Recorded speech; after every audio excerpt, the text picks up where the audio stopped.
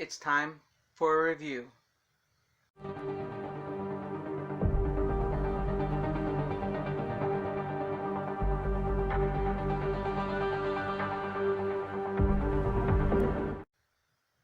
Hello fellow fellowers and welcome to FanZcene. Today I have for you a review of the 1983 movie Eddie and the Cruisers.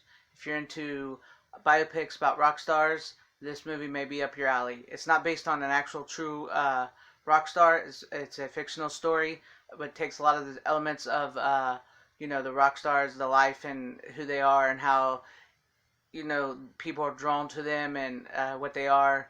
The movie stars Michael Paré, Tom Berenger, Joe Pantoliano, and Ellen Barkin. The story takes place, it's 1964. Eddie is this very enigmatic rock star. He's sort of like a cross between Bruce Springsteen and James Dean. People are drawn to him. He's got his band, the Cruisers. He hires Tom Berenger's character to write lyrics for him because he can't. He's not the lyric type guy, but he's like the front man and everything, the creative mind behind it all. And so he hires this. He's like Tom Berenger's like a college student, and so they released their first album, and it's a big hit. And Eddie, he's like ahead of his time. He wants to make a darker music and everything, and it's right at that time when everything's changing and what rock was going to become.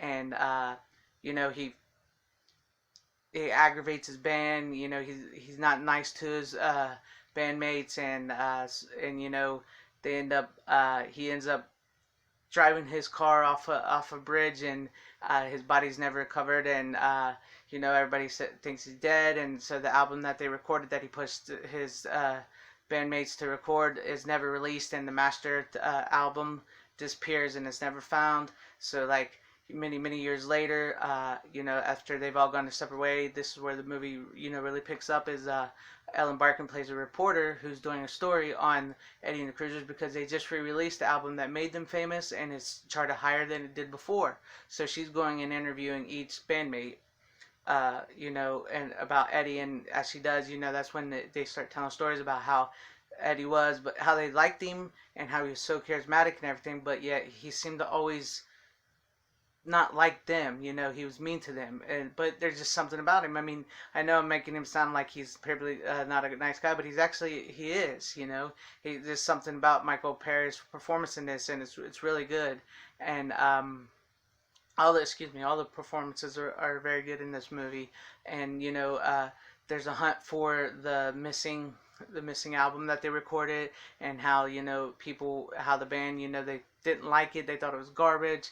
And you think that maybe Eddie is alive and he's the one searching for this album, and comes to find out, no, it's just Joe Pantoliano's character who's looking for it. He just wants to be something.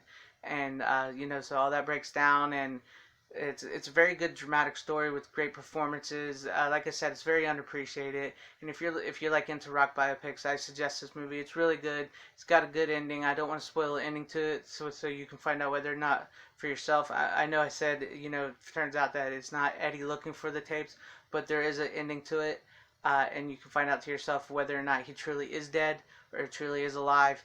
I think you'll like this movie. It's very good. It's got great music to it. If you like that old type of music, I do. John Cafferty and the Beaver Brown Band are actually the ones who wrote and sing the songs, for the characters and play the music for them. And they're pretty good. They're a pretty good old school band. And I'm just saying, if you guys like this type of stuff and you want to see it, check it out. I highly recommend it. It's a good movie. Trust me, you won't regret it. So there's what I have for you, Eddie and the Cruisers. So hope you enjoyed. Thanks for watching. I'm not the best, but I try. Please like, comment, subscribe below. Share the video if you like, and Godspeed.